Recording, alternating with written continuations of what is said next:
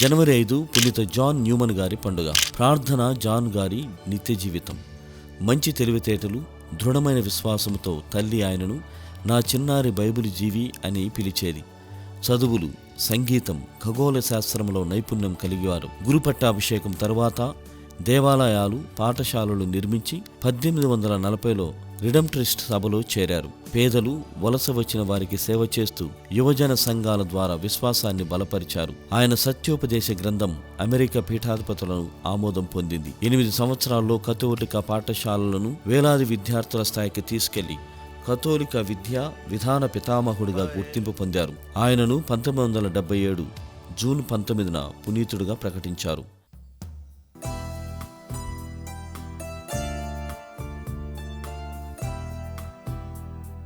పునీత న్యూమను గారా